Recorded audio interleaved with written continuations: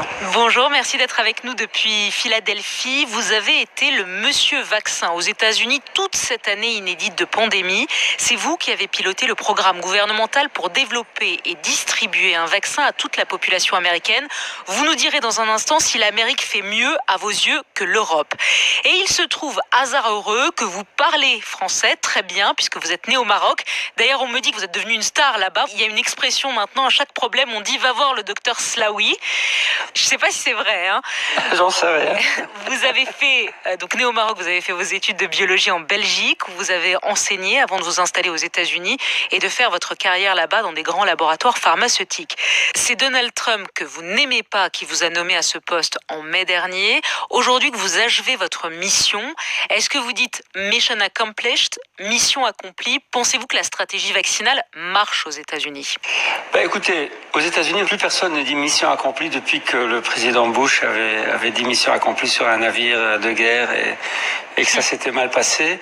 Mais je dirais qu'un très grand progrès a été fait vers la résolution de la pandémie grâce à l'utilisation des vaccins, aussi bien aux États-Unis qu'à travers le monde, parce qu'en fait ces vaccins sont disponibles à travers le monde, malheureusement pas à des doses assez importantes. Donc grand progrès, mais encore du chemin. Mais comment vous avez réagi quand vous avez reçu l'appel de la Maison-Blanche en avril dernier pour superviser la vaccination, pour devenir le monsieur vaccin? Est-ce que vous avez halluciné? Est-ce que vous avez hésité à accepter? Écoutez, c'était très surprenant en effet parce que j'étais chez moi à la maison et j'ai reçu ce coup de fil d'un congressman que je connaissais avant. Et chaque fois qu'on a eu une pandémie dans le monde, que ce soit Ebola, que ce soit la grippe, à la tête de GSK, j'avais beaucoup participé à la production de vaccins. Un grand laboratoire pharmaceutique, GSK.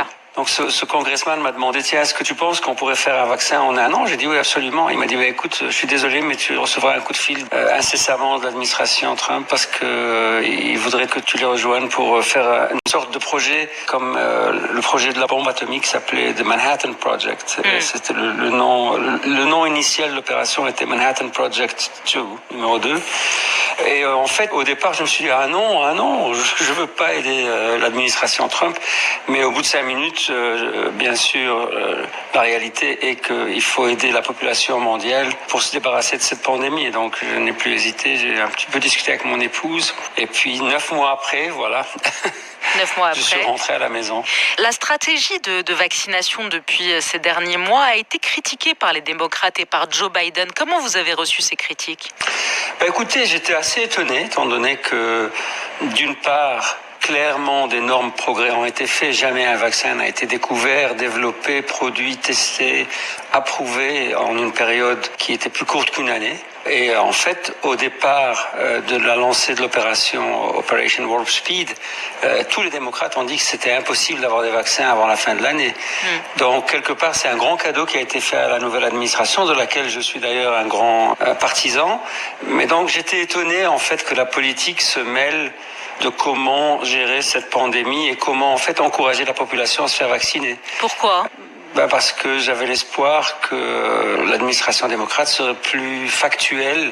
Parce qu'en fait, créer la confusion en disant « Ah non, mais c'est pas des bons vaccins, mais non, l'opération n'a pas bien marché, etc. » va être toujours un élément qui va encourager l'hésitation et les émotions négatives par rapport au vaccin. Mais elle existe l'hésitation. Les Américains sont sceptiques autant qu'en France, par exemple, vis-à-vis du vaccin? Je ne sais pas jusqu'à quel point les gens sont sceptiques en France. Aux États-Unis, avant l'approbation des vaccins, certains sondages montraient que jusque 60% de la population disaient qu'ils ne se feraient pas vacciner. Alors aujourd'hui, depuis que les vaccins ont été approuvés, l'inverse existe dans le sens où en fait les gens sont très frustrés parce qu'ils doivent faire la file pendant toute la nuit, pendant des heures et des heures avant de pouvoir être vaccinés. Et aujourd'hui, moins de 20% des personnes disent qu'ils ne prendraient pas le vaccin. Je pense que le fait que les vaccins soient à 95% efficaces et que maintenant qu'on a vacciné à peu près 30 millions de personnes, on voit très bien que l'innocuité de ces vaccins est excellente et leur efficacité est excellente, les hésitations diminuent. Diminuent, évidemment. Et c'est très bien. Près de 40 millions de doses ont déjà été administrées aux États-Unis. Sur 100 personnes, presque 12 Américains ont reçu au moins une dose. Si on compare à l'Europe, seuls 3 Européens sur 100 ont reçu une dose de vaccin à ce jour, un peu plus de 2 seulement pour la France. Comment vous expliquez ce retard européen ? Écoutez, d'après ce que j'ai pu voir, l'Europe est restée à l'écart du développement des vaccins, de participer activement au développement des vaccins et à leurs tests.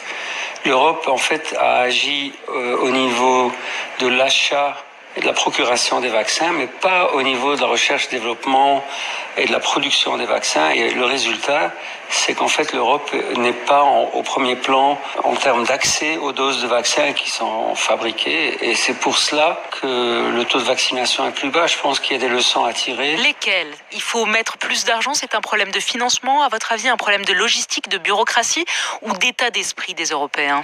Je pense que c'est un peu les deux. La première chose, c'est que je dirais en général, depuis 30 ans, je travaille à cheval entre l'Europe et les États-Unis. En général, les Américains sont beaucoup plus optimistes et par conséquent preneurs de risques. Et en Europe, on est beaucoup plus conscient des risques, on décrit beaucoup mieux les problèmes. Mais quand on passe son temps à décrire le problème, souvent on ne pense pas à la solution, on a moins d'énergie pour aller vers la solution.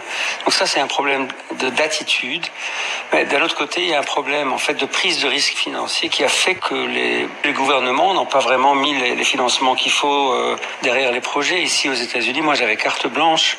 On a dépensé 14 milliards très très vite. Bon, maintenant c'est probablement encore plus, à peu près 20 milliards. Mais quand on pense que le coût économique du lockdown par jour pour l'économie américaine était de 23 milliards de dollars, 14 milliards ou 20 milliards. Donc un problème de financement, vous nous dites, l'Europe n'a pas mis assez d'argent pour produire ces vaccins. Emmanuel Macron vous a appelé, je crois, il y a quelques semaines pour vous demander conseil. Quelles étaient ces interrogations, ces inquiétudes et quelles ont été vos réponses? D'abord, j'étais franchement très impressionné par son acuité et connaissance des détails. Il m'a demandé des questions sur les différents vaccins qui ont été approuvés et qui allaient être approuvés et quel vaccin, à mon avis, serait le mieux à utiliser au niveau de la population européenne ou en France en particulier.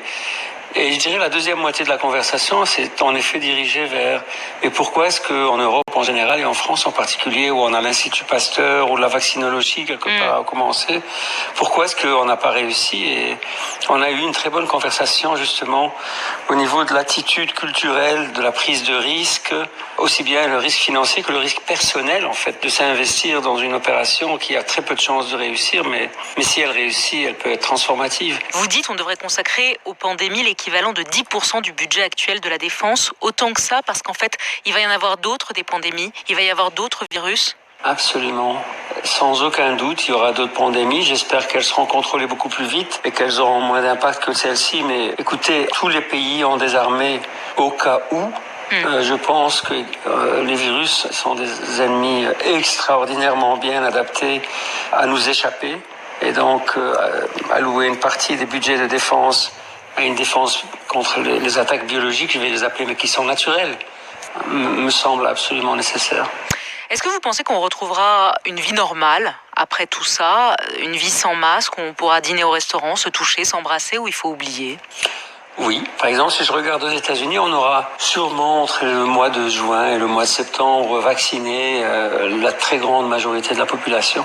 Et à ce moment-là, on sera retourné vers une vie beaucoup plus normale.